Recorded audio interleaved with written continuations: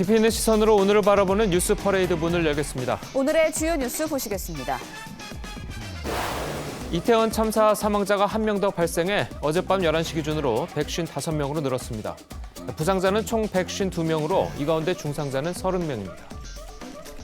이태원 참사에 대한 경찰 수사가 본격화하고 있습니다. 경찰은 사고 현장 인근 CCTV 52대를 확보해 정밀 분석에 들어갔고 희생자를 명예훼손한 게시물 6건에 대해서도 조사에 착수했습니다. 이태원 참사에 대해 트라우마를 호소하는 시민들이 늘고 있습니다. 어떤 증상들이 나타나고 어떻게 대처해야 하는지 전문가와 함께 짚어보겠습니다. 전 세계 20억 명이 사용하는 소셜 네트워크 서비스 인스타그램에서 일부 이용자의 계정이 차단되거나 로그인이 안 되는 등 장애가 발생했습니다. 현재는 대부분 복구된 상태인데 사고 원인은 밝혀지지 않고 있습니다. 저희는 잠시 뒤 돌아오겠습니다.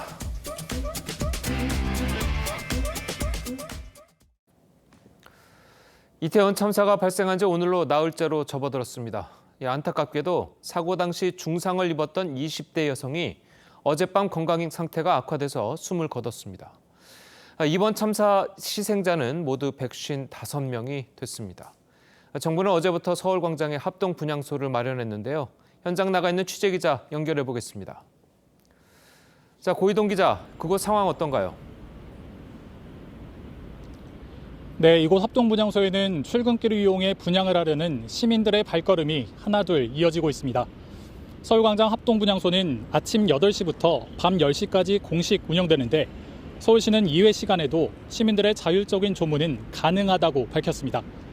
안타까운 소식도 이어지고 있습니다. 이태원 참사 사망자가 어젯밤 1명 늘어 모두 155명이 됐습니다. 중앙재난안전대책본부는 어젯밤 11시 기준 이번 사고 부상자 가운데 여성 1명이 추가로 사망했다고 밝혔습니다. 사망자는 중상자였던 24살 여성으로 어젯밤 9시쯤 숨졌습니다. 부상자도 149명에서 3명이 추가돼 총 152명으로 늘었습니다. 부상자 중 중상자는 30명으로 이 중 사망자가 추가로 발생할 수 있어 이번 참사로 인한 사망자가 더 늘어날 가능성도 배제할 수 없습니다. 정부는 사상자와 유족에 대한 지원 대책을 발표했는데 사망자 장례비를 최대 1,500만 원까지 지급하고 부상자의 치료비는 건강보험 재정에서 우선 지급하기로 했습니다. 전국 17개 시도에 설치된 합동분향소에는 국가애도기간인 오는 5일까지 운영될 예정입니다. 서울광장 합동분향소에서 TV조선 고희동입니다. 이번 참사 원인과 관련해 인파 속 누군가가 고의적으로 앞사람들을 밀면서 연쇄적으로 쓰러졌다는 주장이 목격자와 SNS를 통해 제기되고 있는데요. 사실관계가 아직은 확인되지 않은 일방 주장 수준입니다. 경찰은 이를 포함해 사고 원인과 관련된 본격 조사에 착수했습니다. 차순우 기자의 보도입니다.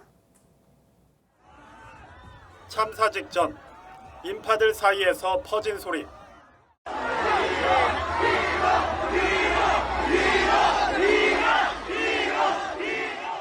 앞으로 밀라는 소리와 뒤로 물러나라는 외침이 뒤엉켜 있습니다. 되게 건장한 친구 남성분들도 많으셨고 밀어랑 뒤로 소리가 서로 교차하는 것까지는 계속 들었던 것 같아요. 당시 누군가 고의적으로 앞사람을 밀면서 연쇄적으로 쓰러졌다는 건데 SNS 등엔 해당 남성을 추정하는 영상과 사진 등까지 올라왔습니다. 하지만 경찰은 신중한 입장.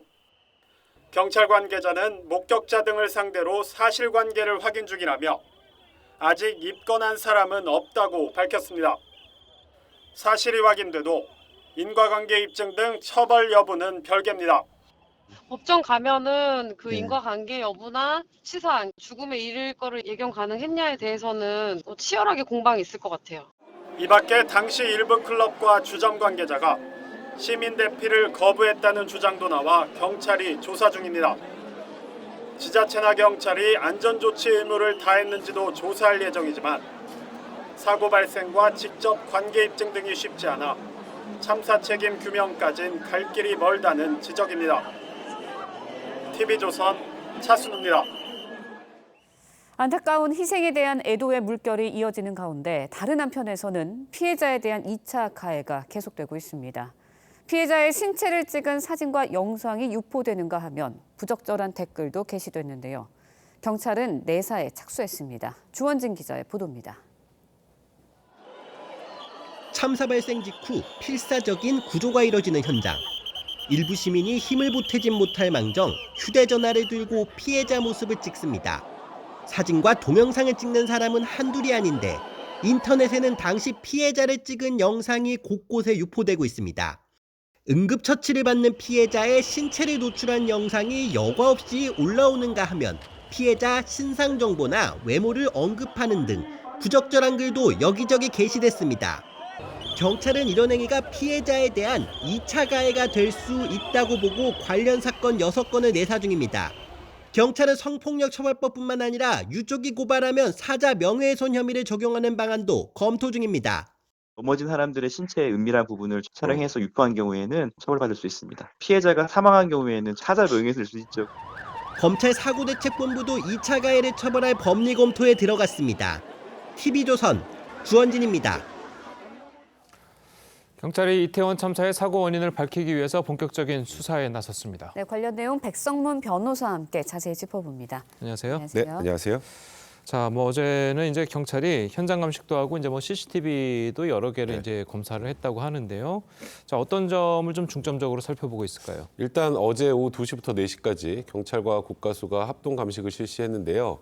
이 합동 감식의 주요 이유는 예. 최초에 이 사고가 어떻게 발생했는지 그 당시의 상황을 정확하게 확인하기 위함인데 일단은 그 현장 그 사진 등을 3D 스캐너 등으로 활용해서 최대한 그 현장을 좀 복원을 해서 그 당시의 밀집도나 또 위험도 정도 등을 확인하고 있고요. 일단 최초 사고 원인이 나와야 네. 혹 책임질 사람이 있다면 거에 대한 책임도 물을 수 있는 것 아니겠습니까? 그래서 일단은 그 현장의 목격자 44명 그리고 사설 CCTV 52대도 지금 분석하고 있는 그런 중이고요. 예. 일단은 제가 말씀드렸던 것처럼 이 사고 현장과 관련된 모든 증거 자료들을 수집해서 사고의 최초의 원인을 지금 규명하는 작업을 하고 있다 보시면 됩니다. 네, 시민들의 움직임과 동선을 구체적으로 파악할 수도 있을 것 같은데 어떻습니까? 일단 CCTV라는 게 조각조각 영상이잖아요, 현장에. 네. 그 CCTV 영상을 다 모으면 우리가 퍼즐 한 판을 만드는 것 같은 그런 모양새가 될 수 있기 때문에 예. 그 사고가 최초로 발생할 당시에 전체적인 그 현장에 있었던 사람들의 움직임이나 네. 뭐 여러 가지들은 충분히 이제 확인이 가능한 상황이기 때문에 그를 통해서 그 당시의 상황을 좀 재현하려고 하지 않을까 싶습니다. 예, 그 당시 상황이라고 하는 게 이제 온라인에서 목격자들도 그렇고 누군가가 처음에 고의로 밀기 시작했다. 자, 이런 이야기가 있거든요. 그 부분을 좀 밝혀낼 수 있는 건가요? 일단 지금 말씀하셨던 것처럼 아직까지 그게 확정적인 사실은 아닌 것 같습니다. 예. 누군가가 고의로 뒤에서 밀어라고 했다라는 게 확인이 된다면 밀어라는 말 때문에 무조건 처벌이 되는 건 아니고요. 네. 예. 이제 그 사람의 행동, 그 몇 명의 사람의 행동과 이제 나중에 피해자들의 사망, 사고 사이에 사망이나 다치는 것 사이에 인과관계 입증이 굉장히 어렵습니다. 그러니까 여기서 위에서 민 것 때문에 저기서 압사 사고가 났다라고 사실 판단하기가 좀 어려워요. 중간에 다른 원인들이 개입돼 있을 가능성이 굉장히 많단 말이죠. 예. 일단 지금 말씀하셨던 그 부분도 확인을 하겠습니다만 그 형사처벌로 이어질 수 있는지에 대해서는 네. 법조계 내부에서는 회의적인 시각이 좀 더 많습니다. 예. 네, 또 일부에서는 이제 일부 클럽과 주점들, 관계자들이 시민들이 대피하는 것을 좀 거부를 했다라는 주장도 나오고 있거든요. 여기에 대해서도 조사를 하나요? 일단 그 부분은 형사처벌 대상이 되기는 어렵습니다. 그러니까 많은 분들이 아니 거기서 사람들이 그렇게 힘들고 고통을 받고 있으면 옆에 인근 가게에서 사람들 몇 명만 데리고 네. 들어가더라도 훨씬 밀집도도 낮아지고 위험도 낮아졌을 텐데라고 비난은 많이 하시고 저도 법적으로는 몰라도 도의적으로 비난받아 마땅하다고 생각합니다. 네. 하지만 우리나라는 소위 착한 사마리아인법이 그러니까요. 없어요. 그러니까 제가 길거리에 누군가가 피 흘리고 쓰러져 있는 사람을 보고 구조하지 않는다고 저를 처벌하지는 않는단 말이에요. 예. 그러니까 제가 보호해야 될 의무가 있는 경우에만 처벌을 하기 때문에 예를 들어서 한 주점에서 사람들이 같이 이 자리에서 뭔가 술을 마시고 밥을 먹는 과정에서 뭔가 사고가 발생했다. 근데 그걸 제대로 지키지 못했다면 모르겠지만 길거리에 있는 사람들을 들여보내지 않는다거나 하는 방법으로 구조를 하지 않은 경우 이 경우까지 형사처벌 대상이 되기는 좀 어려울 것 같습니다. 그 반대로 지금 네. 우리나라에 이제 착한 사마리아인법이 없다고 이제 말씀하셨는데 지금 나오는 얘기들 보면 그 인공호흡을 하든 네, CPR을 하다가 사람들이 자기가 이제 자격증이 없거나 응급구조사가 아닌 경우에 네. CPR을 잘못하다가 이게 잘못돼서 본인이 이제 오히려 나중에 이제 법적인 책임을 물까 봐 아예 못하는 경우가 많거든요. 네. 그래서 이번 사고에서도 하고 싶었는데 못 도와준 사람들도 꽤 많다는 얘기를 들었어요. 그러니까 이제 원론적으로 말씀을 드리면 CPR에 관련된 자격증이 없거나 잘 모르는 분이 하다가 상대방이 다치거나 사망하게 되면 그에 대한 형사 책임을 물을 가능성도 있습니다. 예. 네. 하지만 또 일각 측면에서 보면 굉장히 긴급한 상황이었고 그러니까요. 위난을 피하기 위해서 어쩔 수 없이 했던 행동이기 때문에 사실 조금 전에 말씀하셨던 것처럼 그런 행동을 했다고 형사처벌이 되기 좀 어렵습니다. 고의로 CPR을 가장해서 이 사람이 상해를 가했다면 모르겠지만 CPR을 하겠다는 의도를 가지고 했는데 결과가 좋지 않았다는 이유로 형사처벌 대상이 되지는 않는데 뭐 앵커께서 조금 전에 말씀하신 그런 이유들 때문에 그건 좀 잘못 알려진 이유라고 생각이 되는데요. 그러다 보니까 그 현장에서 CPR하는 것에 대해서 주저했던 분들도 좀 있었던 게 아닌가 싶습니다. 네. 예. 그런가 하면 희생자를 향한 모욕, 뭐 악성 댓글 등 뭐 네. 2차 가해 피해도 일어나고 있는데 정확하게 어떤 상황이 2차 가해고 여기에 대한 처벌 이런 건 어떻게 진행될까요? 그러니까 형사처벌의 범위를 넘어선다면 2차 가해는 그 당시 이제 사고를 당한 분들에 대한 사진이나 영상 등을 유출하거나 올리거나 이런 것들도 광범위하게 보면 다 2차 가해라고 할 수 있겠죠. 예. 근데 이제 법적인 책임을 지는 것은 네. 이제 사자 명예훼손 정도가 되는 경우 그리고 또 개인의 신상 정보 같은 걸 노출하는 경우 또 이제 CPR이나 흉부 압박을 하기 예. 위하면 상체 옷을 탈해야 되는 그러니까요. 경우가 많잖아요. 그런 사진 올리면 이제 성범죄 될 수 있습니다. 그러니까 그런 것들이 이제 전형적인 2차 가해라는 생각이 드는데 예. 그러니까 이게 형사처벌 대상이 되는지 여부를 불문하고 지금 한 6건 정도는 지금 경찰에서 예. 입건을 해서 조사를 이어가고 있는데 이제는 제발 그런 것 올리시는 분들 또 특정 사이트에서 고인들을 모욕하는 그런 희화하거나 모욕하는 그런 영상이나 이런 것들을 게시하는 분들은 진짜 멈추셔야 됩니다. 예. 네. 자, 이제 뭐 보상이나 책임 관련 얘기도 이제 정치권에서 이제 슬슬 나오고 있는 분위기긴 한 것 같은데요. 사실 이번 이태원 그 할로윈 축제 같은 경우에는 주체가 명확하지 않지 않습니까? 맞습니다. 자, 그런 경우에는 이 보상이나 책임을 어디에 물을 수 있는 건가요? 법적으로는? 원론적으로는 물을 수 있는 곳이 없죠. 원론적으로는 제가 말씀드렸던 것처럼 통상적으로 이런 큰 행사가 있는 경우 얼마 전에 있었던 세계 불꽃 축제 같은 경우에도 예. 서울시하고 한화에서 같이 주최를 해서 그때 당시에는 이제 동선이나 이런 것들도 다 이제 체크를 했는데 이 할로윈 축제라는 건 누가 주최한 게 아니죠. 그냥 많은 시민분들이 이태원이라는 곳의 공간적 특수성 때문에 외국 문물이나 이런 것들 그래서 그곳에 사람들이 많이 모인 것이기 때문에 자발적으로 이에 대해서 구체적으로 국가에 대한 책임을 묻는다거나 지자체의 책임을 묻기는 쉽지 않습니다. 네. 다만 이제 지금 정부에서 장례비 같은 것들도 지원을 하고 외국인 같은 경우에도 동등하게 지원을 할 것을 지금 박진 외교부 장관도 검토하고 있다고 하는데 이제 뭐 특별 재난 지역으로 선포를 하게 되면 그에 대한 지원을 할 수 있는 법적 근거는 마련되어 있는 상황입니다. 그러니까 이거는 이걸 통해서 국가에서 지원을 하는 거지 책임을 묻는 개념은 좀 아니라고 봐야 될 것 같습니다. 네, 보상도 이제 책임과 관련해서도 논의가 계속 될 것 같은데 네. 일단 법무부와 검찰이 업무상 과실 여부와 함께 중대재해처벌법상 중대시민재해를 적용할 수도 있다라는 이야기가 나오고 있는데 이게 네. 어떤 건가요? 그러니까 뭐 공중이용시설이나 공중교통수단에서 사망자가 발생한 경우에 뭐 경영자나 책임자 등에게 형사처벌을 하는 그런 건데 지금 말씀하신 게 예. 이것 역시 지금 주체자도 없는 상황이고 여기가 과연 이건 공중교통수단도 아니고 공중이용시설이라고 보기도 좀 애매합니다. 그냥 그 현장에 있는 골목이나 도로였기 때문에 그래서 여기에는 지금 말씀하셨던 그 부분이 적용되기는 좀 어려울 것 같은데 일단 적용 가능 여부에 대한 검토는 하고 있는 상황이라고 합니다. 그러니까 예를 들어서 주최는 하지 않았더라도 네. 뭐 지자체나 아니면 뭐 다른 곳에서 뭐 할로윈 축제가 이제 이태원에서 가장 유명하니까 이태원으로 오세요라는 광고를 만약 했다면 네. 그런 경우는 어떻게 되는 겁니까? 그 광고하고 연결하기도 쉽지 않아요. 그건 주체가 아니라 그냥 이 소위 말하는 지역 상권의 활성화 같은 측면에서 지자체에서 그런 얘기를 한 거라면 예.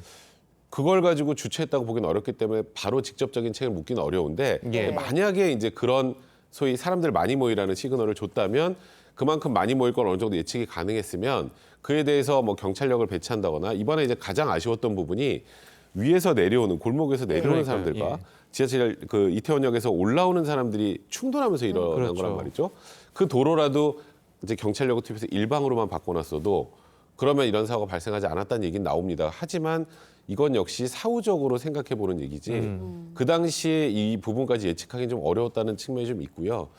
또 하나는 이제 경찰력도 배치가 많이 됐는데 경찰들이 주로 했던 것은 이런 겁니다. 이제 코로나19 노마스크잖아요. 네. 그러니까 그 감염 확산에 관련된 그런 문제들이나 또 혹여 뭐 음주나 마약 등으로 인해서 발생하는 사고나 그 안에 생기는 시비나 이런 걸로 해서 다툼이나 이런 것들을 관리하려고 했었던 거지 네. 사람들이 통행을 관리는 많이 안 했던 것 같아요. 물론 분명히 아쉽습니다. 이번에 13만 명 가까이 모였다고 하는데 그 사람들이 안전하게 동선을 가지고 이동할 수 있는 그런 것들은 미리 좀 검토가 됐었어야 되는데 그래서 윤석열 대통령의 말처럼 이제 국가가 주최하거나 지자체가 주최하거나 하는 게 아니어도 이에 대해서도 충분히 국가나 지자체가 사전에 검토를 해서 어느 정도의 통제 방안이나 이런 것들은 좀 마련해야 되지 않을까 싶습니다. 네, 그런데 용산구에서도 이렇게 10만 명 정도는 모일 것으로 예상을 하면서 그 네. 며칠 전에도 관련 회의를 했다고 네. 하거든요. 그런데도 책임을 뭐 물을 수는 없는 건가요? 그러니까 이제 조금 전에 말씀하셨던 것처럼 용산구도 10만에서 13만 명이 모인다. 그러면 이제 이 사람들이 모여서 이런 사고가 발생할 것이다에 대한 대책을 논의한 게 아니고 네. 말씀드렸던 것처럼 이 안에서 발생할 수 있는 범죄 사건이나 그다음에 지금 이 코로나19 문제라거나 노마스크 상황이기 때문에 이런 부분들에 대해서만 검토를 했을 뿐이지 이 공간 안에서 사람들이 이동하는 과정에서 이런 저희가 생각하지 못할 이런 사고가 발생할 것까지 예상은 현재 못했다고 하는데 지금 말씀하셨던 것처럼 두고두고 좀 아쉬운 부분이고요. 네. 이런 부분들에 대해서 뭐 일각에서는 직무유기 등의 책임을 물을 수 있는 것 아니냐는 얘기 나오고 있습니다만 직무유기라는 건 아무것도 하지 않아야 직무유기거든요. 근데 다른 이제 조치들을 취한 상황에서 이런 일이 발생했다면 현실적으로 물론 도의적으로 비판받을 수는 있겠습니다만 법적 책임을 묻기에는 굉장히 어려운 측면이 있습니다. 지금 뭐 변호사님 말씀을 이제 쭉 종합해 보면 이 법 주체가 없기 때문에 정확한 형사처벌 대상이나 법적 책임을 물을 대상이 명확치 않다라고 하셨는데 그래도 이제 희생자 입장에서는 희생자 유가족 입장에서는 정말 날벼락 같은 상황이 벌어진 거잖아요. 네. 그렇다면은 누군가에게 이제 책임도 묻고 싶을 테고 누군가한테 뭐 그런 거에 대한 설명도 좀 예. 듣고 싶을 텐데 과연 그 대상은 그럼 어디가 될 수 있는 겁니까? 현실적으로 지금 현재까지의 상황을 종합해 보면 그 대상을 찾기는 좀 어렵습니다. 통상 지금까지 발생했던 여러 사건 사고들과 좀 다르게 예. 책임을 져야 할 주체가 명확하진 않아요. 뭐 일각에서는 국가는 국민들에 대한 무한 책임을 지기 때문에 네. 국가에 국가배상 청구를 하는 게 가능한 것 아니냐라는 얘기 나오지만 국가의 고의나 과실이 인정되는 경우에 한해서 이제 국가배상 책임이 인정되는 것이기 때문에 현실적으로 그 부분을 묻기는 좀 어려울 거고요. 그러니까 그러다 보니까 지금 이번 정부에서도 뭐 장례비 지원 같이 국가에서 지원을 해주는 방식으로 가는 것이지 그게 아니라 만약에 책임질 주체가 있다면 그게 좀 얘기가 다르겠죠. 그런 측면에서 바라보셔야 될 것 같습니다. 이번 사고는 일단 현재까지 드러나 있는 사실관계로 어떤 특정한 개인이나 어떤 특정한 단체나 이런 곳에 책임을 묻기는 현재까지는 좀 어려운 구조가 아닌가 싶습니다. 자 그렇다면 네. 그 말씀하신 거는 이제 또 이제 형사적인 책임이나 처벌 문제인 것 같은데 예를 들어서 그 희생자들끼리 이제 민사적인 소송을 네. 용산구청이나 아니면 서울시 국가가 건다면 그건 어떻게 되는 겁니까? 그것도 역시 과실이 인정이 돼야 되거든요. 그러니까 과실을 인정할 수 있는 포인트가 있느냐가 문제입니다. 그러니까 이 정도 상황을 예측하고 뭐 예를 들어서 경찰 병력을 훨씬 더 많이 배치했었어야 된다거나 예. 아니 말씀드렸던 것처럼 이런 정도의 상황이 되면 이 도로를 일방 통행으로 운영을 했었음에도 불구하고 그대로 방치해서 사고가 났다거나 하는 그런 내용들이 인정이 돼야 되는데 이렇게 사람이 많이 모이면 무조건 일방 통행으로 해야 된다라는 법규 같은 건 없습니다. 근데 그러다 보니까 이것 역시 과실로 볼 수 있느냐에 대해서는 시각이 다를 수밖에 없는 것이고요. 이게 과실이 인정될 수 있느냐에 대해서 그러니까 저는 지금 법적으로만 좀 주로 말씀드리면 제 개인적으로는 좀 회의적입니다. 예, 네. 알겠습니다. 자 오늘 변호사님 말씀은 여기까지 듣겠습니다. 잘 들었습니다. 고맙습니다. 예, 이태원역 1번 출구와 녹사평역 인근에는 이태원 사고 사망자 합동 분향소가 마련됐습니다. 시민 추모객들의 발길이 이어지고 있는데요. 현장에 나가 있는 취재기자 연결해 보도록 하겠습니다. 윤서아 기자, 밤사이에도 추모객들의 발길이 이어졌다고 하는데 현재 상황 어떻습니까? 네, 저는 지금 이태원역 1번 출구 앞에 나와 있습니다. 이 사고 현장과 몇 걸음 떨어지지 않는 이곳 이태원역 앞에는 시민들이 자발적으로 만든 임시 추모 공간이 마련됐습니다. 밤사이 많은 추모객들이 몰리면서 역 앞에는 수백 송이의 조화와 편지가 빼곡하게 놓였습니다. 아직 이른 시간이지만 출근길을 멈추고 잠시 묵념하는 시민들의 모습도 자주 볼 수 있었습니다. 참사가 발생한 해밀턴 호텔 골목 곳곳엔 여전히 경찰 통제선이 설치돼 있습니다. 어제 오후 2시쯤에는 경찰이 현장을 찾아 2시간가량 국가수와 합동 감식을 벌였습니다. 경찰은 현장에 있는 유류품 일부를 임시 희생자 안치소로 썼던 원효로 다목적 체육관으로 옮겨 정밀 조사를 벌이고 있습니다. 사고 직후 통제됐던 이태원역 인근 도로는 어제 오후 5시 반쯤부터 차량 통행이 재개됐지만 인근에 위치한 가게 상당수는 다음 달 5일까지 가게 운영을 멈출 것으로 보입니다. 추모 공간이 마련된 서울 이태원역 1번 출구 앞에서 TV조선 윤서아입니다. 이번 이태원 참사 이후에 정신적인 고통을 호소하시는 분들이 많습니다. 유족뿐만 아니라 친구를 잃은 분들, 구하려고 애썼던 분들, 그리고 현장에서 지켜보던 분들이 트라우마를 겪고 있습니다. 유혜림 기자의 보도입니다. 사고 직후 현장에선 생사의 갈림길에 선 사람들의 절박한 구조 요청이 이어졌습니다. 소리를 지르시면서 여기 사람 뒤에서 밀지 말라, 뒤로 가라. 이렇게. 한 명이라도 살려보려고 달려갔던 시민들은 구조가 쉽지 않았던 당시 상황을 떠올리며 울음을 터뜨립니다. 혼자 하다 보니까 뭘 할 수가 없는 거예요. 근데 막 그게 좀 마음이 계속 아프더라고요. 생각나고. 현장 지원을 갔던 한 경찰관은 사망자들이 머리에서 떠나질 않는다며 한 분이라도 더 살리려고 안간힘을 썼지만 살리지 못해 죄송하다고 자체 개그를 올렸습니다. 다 젊은 분들이었거든요. 저보다도 한 10살씩 어릴 것 같은, 아직 지금 갈 나이가 아닌데 제발 좀 살아줬으면 좋겠다. 한 의료진은 지나가는 사람이 내뱉은 몰지각한 말이 깊은 상처가 됐다고 말했습니다. 약간 화가 났어요. 같이 있다가 친구랑 헤어졌거나 이런 분들 되게 많았단 말이에요. 생각지도 않았던 참사를 직간접 경험한 수많은 시민이 마음의 상처를 호소하는 상황. 정부는 100명의 전문가들로 구성된 통합심리지원단을 구성해 유가족과 부상자, 목격자 등에 대한 심리치료를 진행할 계획입니다. TV조선 유혜림입니다. 보신 것처럼 이태원 참사로 가족을 잃은 유족과 생존자분들의 고통 그리고 슬픔에 대한 우려의 목소리가 많습니다. 네, 뿐만 아니라 사고 소식을 접한 시민들 중에도 우울과 불안을 호소하고 있는 분들이 있는데요. 강도형 전 서울대 의대 정신과 교수와 함께 자세한 이야기 나눠보도록 하겠습니다. 안녕하세요. 안녕하세요.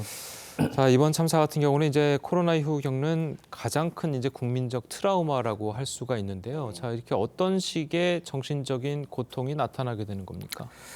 코로나라는 어떤 우리가 전 세계적 어떤 트라우마 이후에 또 이런 어떤 그 트라우마를 겪잖아요. 근데 이번 트라우마의 대상이 주 대상이 2030입니다.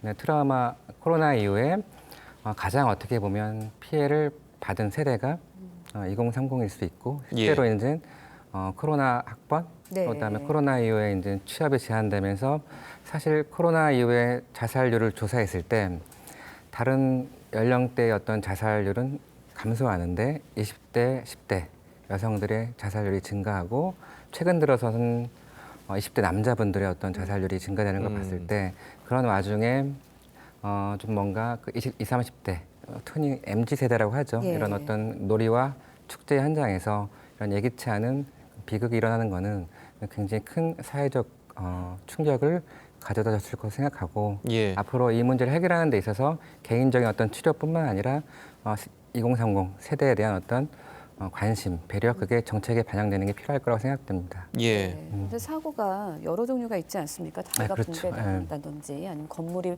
무너진다든지. 근데 이번 사고는 사실 압사 사고입니다. 그렇다 보니까 사고 종류에 따라서 트라우마 증상도 좀 달라질 수 있을까라는 궁금증도 생기는데 어떻습니까? 트라우마의 어떤 증상은 그 트라우마의 어떤 특성, 그다음에 그걸 받아들이는 개인적인 어떤 주관적 의미 가장 중요합니다. 근데 트라우마 종류 여러 가지가 있는데 개인적으로 어떤 뭐 사고가 일어났다든지 아니면 어떤 관계에서 배신을 당했다든지 이런 어떤 트라우마보다도 이번 비극은 믿는 어떤 그런 믿음 체계 사회에서 일어난 그리고 옆에 조금 전까지 나와 이렇게 축제를 즐기고 있던 사람들로 인해서 생명을 잃고 그 안에서 이제 겪은 고통이기 때문에 조금 더 이제 어떤 자신의 개인의 믿음 체계, 기억 시스템 그리고 감정 시스템에 대해 큰 증상을 남길 수 있을 것 같습니다. 또한 또 그리고 이 압사를 겪을 때 우리가 흔히 느끼는 게 호흡곤란과 심장이 뛰는 것들을 지식하는 느낌들을 가질 수 있는데 예.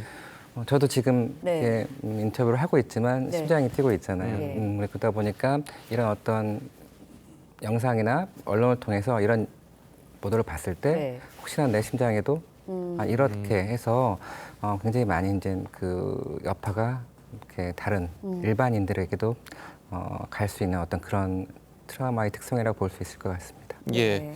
자, 그 일반인에 갈 수 있는 특성이라고 말씀을 하셨는데 지금 이번 사건 같은 경우에는 기존에 일어났던 다른 사건과는 달리 사고 현장이 적나라하게 그 드러나는 예. 경우가 많았거든요. 인터넷만 틀면은 그 CPR하는 모습들이 예. 이제 보이고 시신들이 보이고 자 그런 영상들이 너무나도 쉽게 들어오기 때문에 거기에서 얻는 트라우마가 굉장히 많았던 것 같다는 그런 고통을 호소하시는 분들이 많거든요. 과연 그런 것들이 인과관계가 더 있는 겁니까?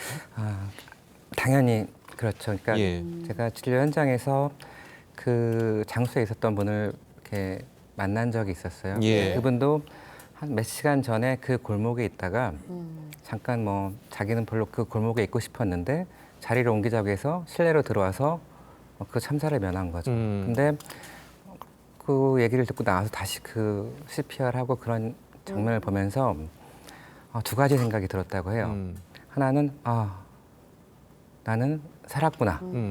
그러면서 나는 살았구나 생각하는 내 자신이 너무 끔찍하다는 내가 이런 생각을 하는 게 너무 죄책감이 든다.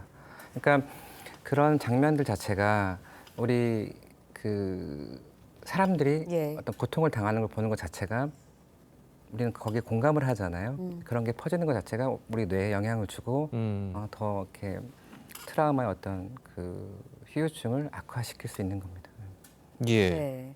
일반 시민들도 그런데 트라우마를 겪고 있는 분들이 많거든요. 사실 사고 현장이나 그 주변에 있지 않았는데도 이 사고를 소식을 접한 분들도 이 사회 전체가 트라우마를 겪고 있다라고 해도 과언이 아니다라는 이야기들이 나오는데 왜 그런 건가요? 그러니까 우리 뇌의 특성이 그래요. 내가 경험하지 않아도 네. 다른 사람의 아픔을 공감하는 특성이 있습니다.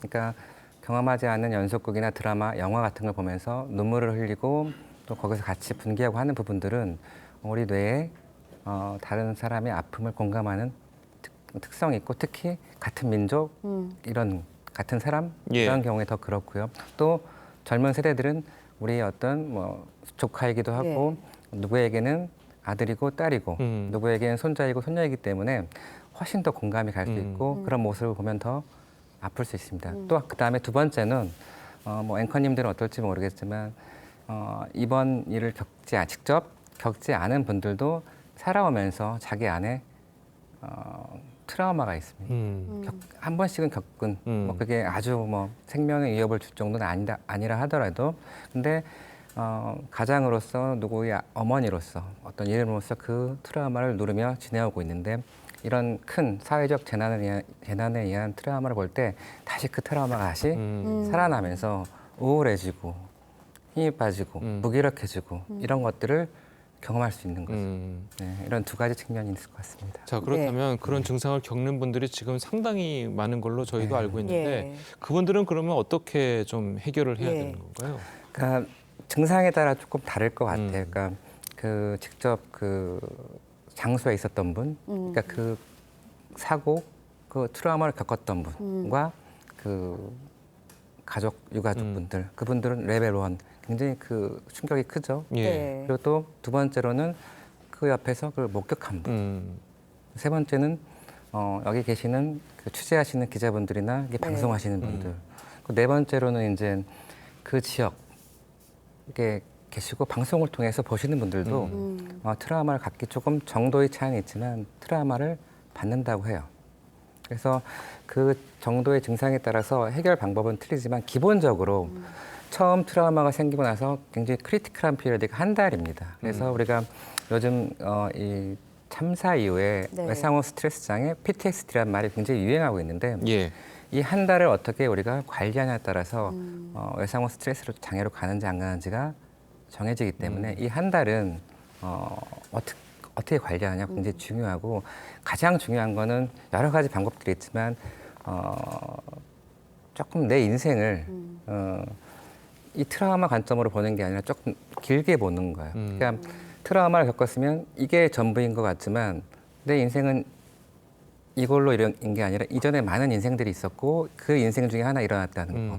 그래서 그 트라우마를 조금 그대로 받아들이고 하나의 현상이라 하나의 사건이라는 쪽으로 좀 바라보려는 그대로 인정하려는 그런 노력이 필요하고 두 번째로는 이 트라우마의 가장 큰 특성이 우리 어떤 삶의 역사, 시간이 있다면 그 시간과 역사를 단절시켜요. 그 기억을. 그 순간부터 시간이 멈추고 항상 어떤 상태로 지내게 되냐면 과거에 대한 죄책감, 분노, 후회, 그다음에 미래에 대한 공포, 의심.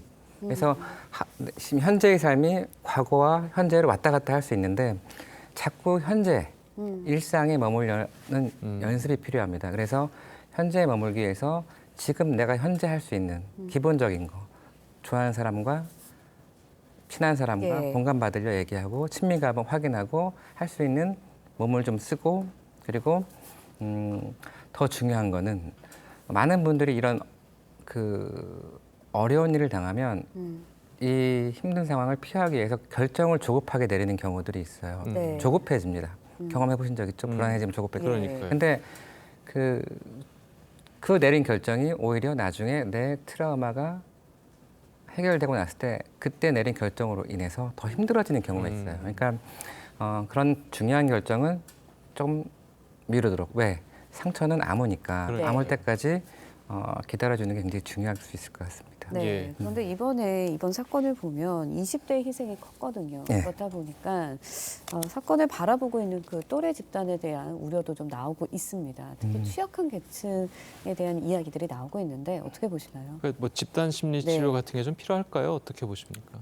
또래 집단 20대 2030 그 전반적으로 아까 처음에 말씀드린 것처럼 그 2030에 대한 조금 더 이해가 첫 번째로 사회적으로 그동안 왜 2030이 코로나 이후에 이렇게 어떤 고통, 어떤 문제점이 있는지 조금 더 이제 다가갈 필요가 있고 그 또래 집단, 그 친구들이 그런 일을 겪었잖아요. 그리고 또 그렇기 때문에 집단 프로그램이나 지금 심리지원센터가 만들어졌잖아요. 그런 부분에 대한 적극적인 어떤 개입은 필요하다고 봅니다. 그리고 그 당사자들도 그런 어떤 고통이나 감정을 숨기려 하지 말고 1번이 감정을 자꾸 표현하려고 노력하는 거거든요. 그래서 적극적으로 그런 부분에 들어와서 해결해 가는 게 가장 좋은 방법이 아닐까 싶습니다. 예, 알겠습니다. 자, 교수님께서 아까 이제 일상으로 돌아오는 것이 굉장히 중요하다라고 이제 말씀을 해주셨는데 그 제 주변에서 보면 이번은 사고의 특성상 압사 사고였잖아요. 그래서 출근길에 그 전철, 지하철을 타기가 굉장히 무섭다. 탈 수가 없다라고 이제 고통을 호소하시는 분들이 있어요. 자, 그런 분들 같은 경우에는 어떻게 해야 될까요?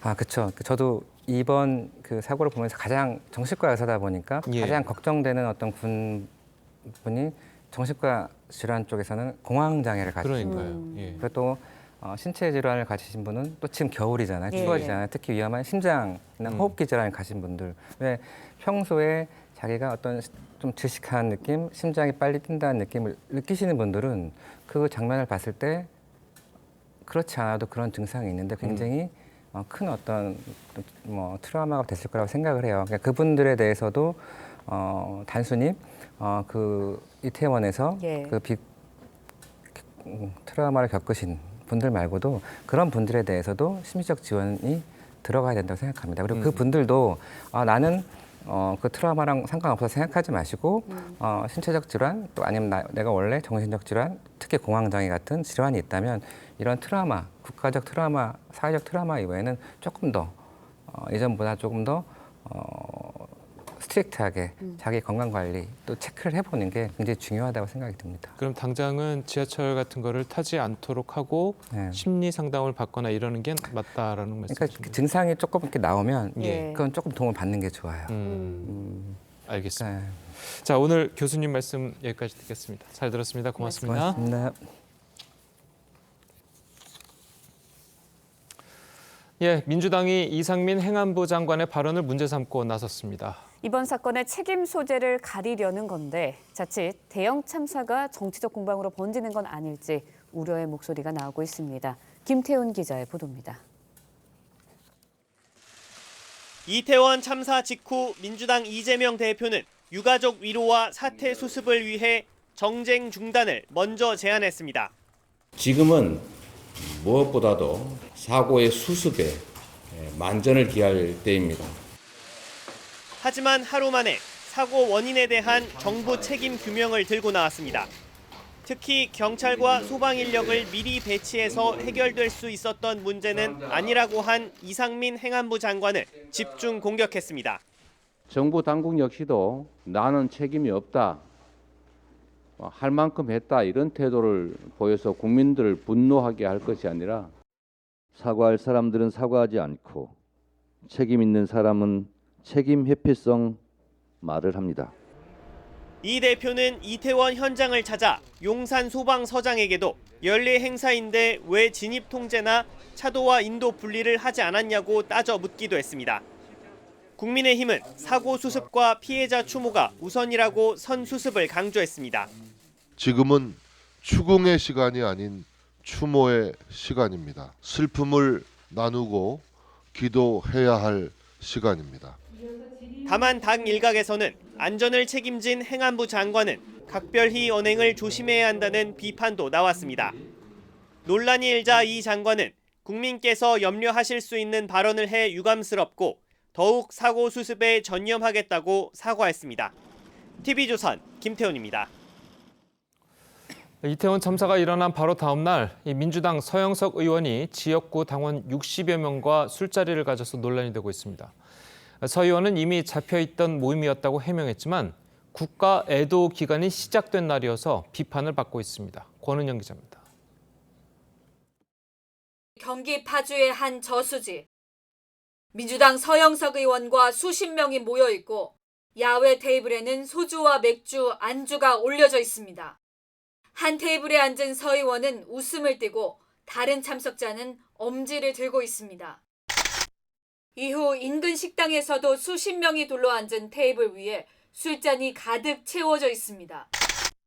서 의원이 자신의 지역구 시의원과 대의원, 당원 등 50명과 진행한 워크숍에서 술자리를 가진 건데 이날은 국가 애도 기간 시작일이자 민주당도 술자리 금지 방침을 내린 이후였습니다. 논란이 커지자 침묵하던 서 의원은 안 계시고 조금 더 드릴 말씀이 없어가지고 좀 죄송합니다. SNS를 통해 출발 이후 당의 지침을 받았다며 사려 깊지 못한 행사 진행으로 국민 눈높이에 미치지 못했다고 사과했습니다. 민주당도 당 윤리감찰단에 감찰을 지시했다고 밝혔습니다. 저를 비롯해서 많은 민주당의 많은 분들이 적절하지 않은 행동이다라고 생각할 것입니다. 민주당은 공개 모임이나 사적 모임은 자제하고 특히 음주는 중단하라고 재차 공지했습니다. TV조선 권은영입니다. 정치권에서도 이태원 참사 희생자들을 향한 추모의 발길이 이어지고 있습니다. 애도 기간 동안 정쟁을 자제하기로 공언했지만 야권에서는 정부를 향한 책임론이 고개를 드는 모습입니다. 두 분과 함께 자세한 이야기 나눠보도록 하겠습니다. 노동일 경희대 교수 그리고 김상일 정치평론가 나오셨습니다. 안녕하세요. 안녕하세요. 이상민 행안부 장관의 발언을 놓고요.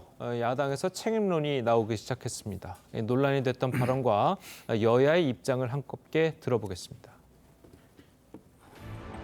저희가 파악하기로는 예년의 경우하고 특별히 우려할 정도로 많은 인파가 모였던 것은 아니고 그래서 그것을 통상과 달리 경찰이나 소방 인력이 미리 배치함으로써 해결될 수 있었던 문제는 아니었던 것으로 나는 책임이 없다, 할 만큼 했다 이런 태도를 보여서 국민들을 분노하게 할 것이 아니라 나의 책임이다라는 자세로 사태 수습에 최선을 다하는 데 집중해야 될 것입니다.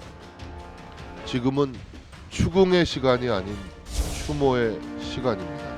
성숙한 시민의식으로 정부의 사고 수습과 원인 규명, 지원책 마련을 차분히 지켜봐 주셨으면 합니다. 자, 이 사태가 일어난 다음에는 이제 여야가 정쟁을 중단하고 이 초당적인 협력을 하겠다. 자, 이렇게 공언을 했는데 하루가 지나면서 이제 이상민 장관의 발언을 좀 문제 삼으면서 이 책임 소재를 이제 따지기 시작한 것 같아요. 어떻게 보셨습니까? 글쎄요, 저도 마음이 아프고 아마 모든 분들이 같은 마음이실 겁니다. 먼저 깊은 애도와 위로의 말씀부터 드리겠습니다. 이상민 장관의 발언이 적절치 않은 상황이 분명합니다. 그러나 우리가 이제 조금만 좀 차분하게 생각을 해보면 우리가 대형 사고 나면 항상 누구 책임져라 하고 이제 돌 던지기부터 바쁜데 사실은 이런 큰 사고가 났을 때 원인 규명하고 책임 추궁하고는 분명히 다르다. 다른 차원의 문제다. 이런 걸 좀 확실히 좀 생각했으면 좋겠습니다.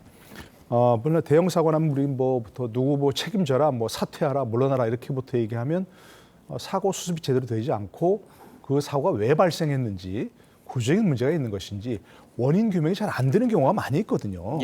그러니까 일단 이 원인 규명을 하고 사태 수습을 하고 사상자 구호에 집중하고 그 원인 규명을 철저히 한 다음에 따져보면 이런 사태를 미리 혹시 뭐 막을 수 있었는지 아니면 어떤 다른 조치를 취할 수 있었는지 이렇게 나올 거 아니겠습니까? 그러면 그에 따라서 책임질 사람이 있다면 그때 나서 책임 추궁하는 게 맞다 생각합니다. 그러니까 지금은 일단 원인 규명, 사태 수습, 사상자 구호 이런 데에 집중할 시간이다 이렇게 생각합니다. 그렇다면 이상민 장관의 발언 그 자체는 좀 어떻게 평가하세요? 당연히 적절치 못한 발언이죠. 장관이 행정안전부 아닙니까? 행정뿐만 아니라 국민의 안전을 책임지는 사람입니다. 우리가 흔히 얘기할 때 책임자라고 하지 않습니까? 그건 뭔 말입니까? 이런 사태가 벌어지면 책임을 져야 한다는 그런 위치에 있는 겁니다. 장관은 더구나 정무직 아니겠습니까?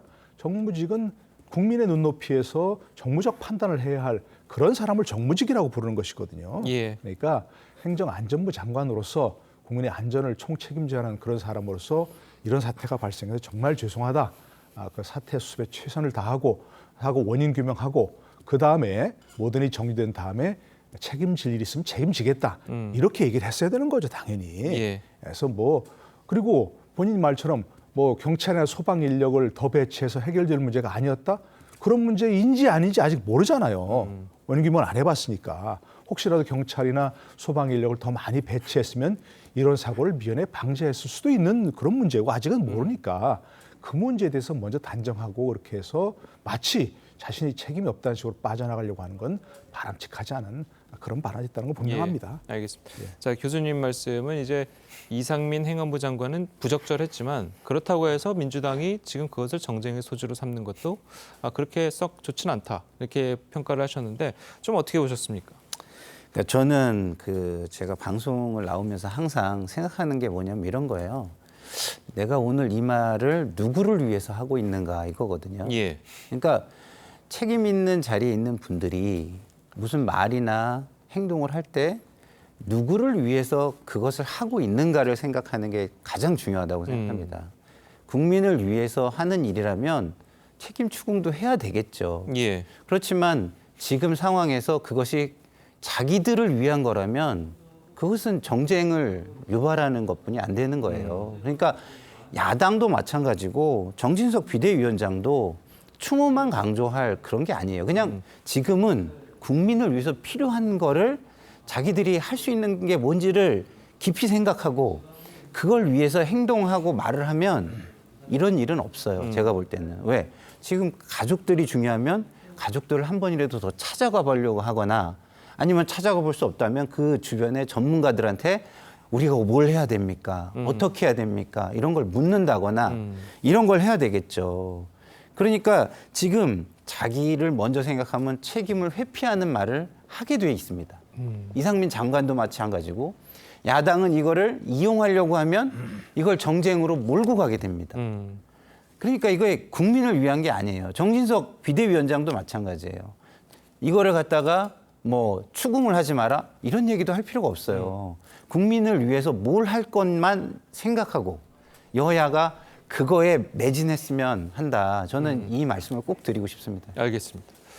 자, 어쨌든 이상민 장관의 발언에 대해서는 이 여당 국민의힘 내부에서도 쓴소리가 나오고 있습니다. 직접 한번 들어보겠습니다.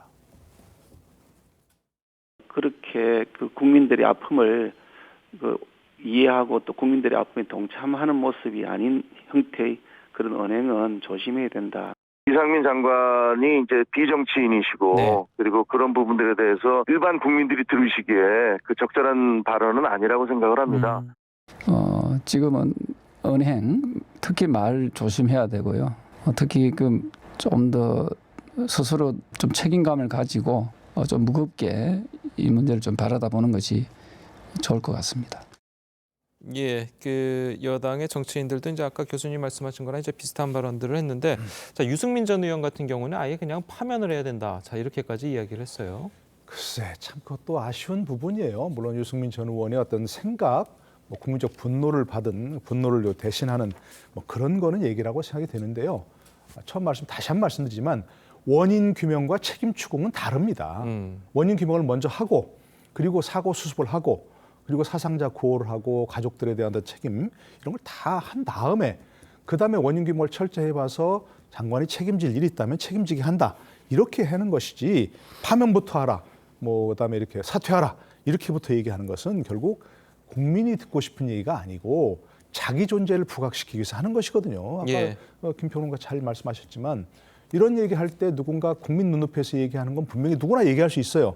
그러나 과연 그것이 국민을 위한 것이냐? 그건 아니라는 거죠. 자기 존재를 부각시키려고 하지 말고 만약에 나중에 원인 규명한 다음에 이상민 장관이 책임질 일이 있다. 그럼 당연히 책임지게 해야 되는 것이죠. 그리고 저는 이 사태가 다 수습되고 나서는 누군가 책임을 지고 이 문제를 해결하기 위해서 스스로 거취를 결정하는 그런 것도 필요하다고 봅니다. 그러나 지금은 아직 그런 얘기를 할 단계가 아닌 것이죠. 예. 사태 수습이 먼저고 사상자 구호가 먼저고 그다음에 원인 규명이 먼저 아니겠습니까? 근데 지금부터 파면 얘기부터 하고 이렇게 사퇴하라 얘기하는 것은 적절한 그런 조치가 아니라고 적절한 발언이 아니라고 생각합니다. 알겠습니다. 뭐 방금 말씀하신 것처럼 뭐 지금 파면 얘기를 하는 거는 뭐 적절치 않다라고 이제 말씀하셨는데 그래도 155명이나 이 목숨을 앗아간 이런 대형 참사가 벌어진 상황에서 행안부 장관이 뭔가 본인이 책임을 져야 되는 그런 행동을 해야 되는 것 아니냐. 자, 이런 지적들도 있는 건 사실이에요. 그러니까 국민을 생각하는 게 굉장히 중요한 거죠. 예. 국민을 먼저 생각하지 않고 내 식구를 먼저 생각한다. 이러면 안 돼요. 그러니까 지금 제가 떠오르는 두 사자성어가 있는데 하나는 춘풍추상이고요. 자기들이 뭘 하는 데 있어서 떳떳하고 뭐 이렇게 하려면 제가 볼 때는 자기 주변을 먼저 깔끔하게 정리하는 게 굉장히 중요하잖아요. 예. 이럴 때일수록 더 중요한 것 같고 그러나 그럼에도 불구하고 과유불급. 제가 볼 때는 너무 지금 이런 상황에서는 모든 게 넘쳐서는 안 될 것 같아요. 예. 모든 판단은 국민이 하고 있다고 생각을 하고 국민의 판단을 따라가겠다는 생각으로 책임 있는 사람들이 행동을 해야 하지 않을까 이런 말씀을 꼭 드리고 싶습니다. 예, 알겠습니다. 자, 이런 가운데 민주당에서는요, 이 서영석 의원이 이태원 참사 바로 다음 날 본인의 당원들과 술자리를 가진 사실이 알려지면서 논란이 일고 있습니다. 자, 이날은요, 지도부가 이제 금주령을 내린 날이기도 하고, 민주당 지도부가 금주령을 내린 날이기도 하고, 그리고 국가적으로도 애도 기간이 시작되는 날이기도 했거든요. 이게 상당히 부적절하다라는 비판 굉장히 많이 받고 있는 것 같습니다. 네, 적절하지 않은 건 분명하죠. 뭐 누가 봐도 마찬가지일 겁니다. 정치적 입장이 뭐 누구냐 어떤 데를 떠나서. 물론 이것도 뭐 당일 마련한 자리는 아니겠죠. 예. 오래전 예정된 뭐 그런 자리였고 또 뭐 보통 사람들이라면 이런 행사 얼마든지 있을 수 있는 거죠. 아무것도 하지 마라 이렇게 할 수는 없는 거고. 그러나 이제 이분은 정치인 아닙니까, 그죠? 정치인도 공직자고 당연히 아까 우리가 이상민 장관에 대해서 부적절한 발언이라고 그런 행태를 비판한 것처럼 똑같은 비판이 가능한 거죠. 공직자는 특히 이런 상황에서는 정말 국민의 시선, 국민의 눈높이 이게 중요한 거 아니겠습니까? 그렇다고 해서 뭐 과도한 비난할 필요는 없지만 어쨌든 이런 것들을 좀 채찍으로 삼아서 모두가 좀 조심하고 삼가하고 말부터 삼가하고 언행에 삼가하는 뭐 그런 어떤 교훈으로 삼아야지 않겠는가 싶습니다. 예. 자, 그래도 이제 민주당에서는 뭐 당의 윤리감찰단이 감찰을 좀 지시했다라고 이제 이야기가 나오고 있는데, 자, 이 윤리감찰단이 할 수 있는 일은 어디까지입니까? 뭐 윤리감찰단이 할 수 있는 거는 뭐 예를 들어서 당에서 뭐 제명을 하거나 이런 것까지도 할 수 있는 거죠. 예. 그 결과에 따라서 그 상위 그 판단 단위가 있겠지만 뭐 그런 것까지 건의할 수 있는 것이고 또 예. 상위 단위에서는 그런 어떤 결정까지 할 수 있는 거죠. 아까도 말씀드렸지만 제가 볼 때는 춘풍추상 지금 내 식구를 감싸기 위해서 무언가를 한다면 저는 그건 굉장히 비판받을 거라고 생각하고요. 감찰 지시는 일단 잘하셨다라고 저는 생각을 하는데 그 결과가 너무 솜방망이거나 이래서는 저는 안 된다고 생각합니다. 예. 이런 부분들은 뭐 굉장히 엄격하게 저는 할 필요가 있다고 생각하고요. 그러나 이제 이런 건 있겠죠. 적절한 시기에 적절한 책임. 이런 부분은 또 생각해 볼 대목이라고 생각합니다. 예, 예전에도 이런 뭐 국가적인 애도 기간이라든지 뭐 참사가 일어난 일이라든지 아니면 뭐 그런 비슷한 일이 벌어졌을 때 정치인들이 이런 술자리라든지 이런 걸로 이제 상당히 많은 논란들이 좀 있지 않았습니까? 네. 그 당시에와 이제 비춰 보더라도 이번에 윤리감찰단이 어느 정도의 좀 판단을 내릴 것으로 좀 예상이 되십니까? 그 당시하고 비추어 보면 결과가 굉장히 우려스럽죠. 그때는 아주 엄격한 판단들을 제가 기억하기로는 별로 하지 않은 것 같거든요. 예. 뭐 팔이 좀 안으로 굽은 경우가 더 많았다고 보기 때문에 저는 뭐 그런 과거의 사례를 비추어서 판단하는 거는 저는 좀 오히려 국민들에게 좋은 이미지를 줄 수 없다고 생각하고 오히려 좀 더 새로운 모습을 보여준다, 좀 더 책임 있는 모습을 보여준다라는 차원에서 보다 과거보다는 엄격한 판단이 나오기를 바랍니다. 예, 알겠습니다. 자, 그리고 여야가 정쟁의 중단을 선언하면서 사실 3일로 예정됐던 대통령실 국감 8일로 미뤄졌습니다. 자, 대통령실 국감이 어쨌든 뭐 한 5일 정도 뒤로 미뤄진 건데 국가애도기관도 뒤로 이제 미뤄진 거고 자, 이렇게 되면은 좀 사고 수습에 어느 정도 도움이 될 수 있을까요? 어떻게 보십니까? 당연하죠. 3일 날 만약 국감한다면 내일 모레 아니겠습니까? 예. 근데 지금부터 막 열심히 준비해야 할 거 아니겠습니까? 예. 그런데 지금 가장 시급한 과제인 사고 수습 그리고 이 뭐 사고 원인 규명이라든지 뭐 이런 것들을 위해서 시간이 부족하겠죠. 당연히 저는 뭐 잘 여야 모두가 합의해서 국감을 연기한 거 잘한 조치라고 생각을 하고요. 이게 그야말로 사실 뭐 대통령실만 앞장서 드는 것도 아니고 관계 부처가 앞장서 드는 것도 아니고 여야 모두가 힘을 합치고 전 국민 모두가 다 힘을 합쳐서 사고 수습을 해야 되는 그런 문제 아니겠습니까? 그러니까 이 문제는 여야가 먼저 함께 뭐 힘을 합치는 그런 모습을 보여서 함께 그 모범을 보인다면 국민 모두가 힘을 합치는 그런 게 되겠죠. 일부에서는 단순히 뭐 사고에 대해서 국가가 왜 나서느냐, 뭐 국가 애도 기간을 설정하고 뭐 장례비나 여러 가지 돈을 지원하고 하는 건 바람직하지 않다 이런 말도 있긴 한데 저는 뭐 해야 될 일이라고 생각합니다. 국가가 우리나라가 뭐 가난한 나라도 아니고 이 정도 사고에서 충분히 국가가 할 수 있는 모든 일을 다 해야 한다고 생각하거든요. 예. 그런 그런 면에서 뭐 국감도 연기하고 하는 그런 조치들 저는 뭐 잘한 일이라고 생각하고 이런 계기로 여야가 함께 힘을 합치는 모습을 먼저 보여야 한다고 생각합니다. 예.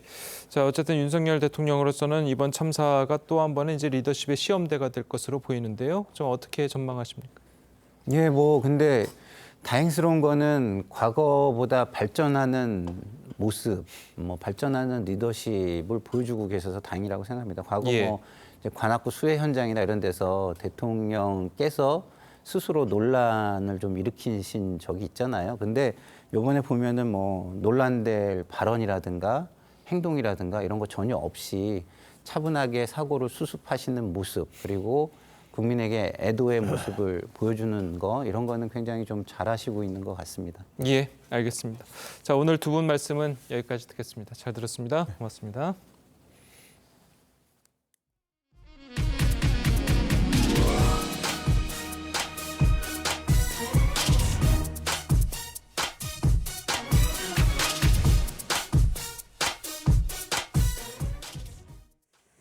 어제 오후 5시쯤 경기 부천시 한 도금 공장에서 폭발과 함께 화재가 발생했습니다.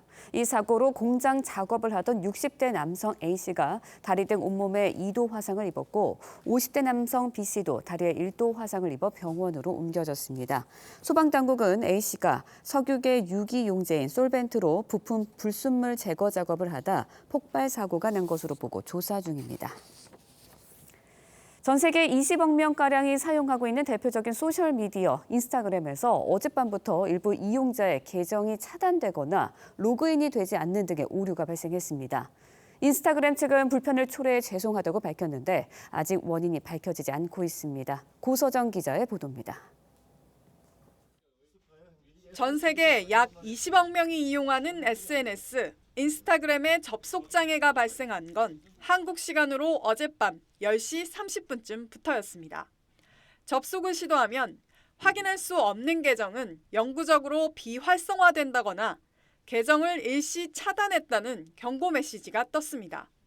지난달 26일 인스타그램을 운영하는 메타의 모바일 메신저 왓츠 앱이 약 2시간 동안 먹통이 된 지 5일 만에 SNS에서 다시 문제가 발생한 겁니다.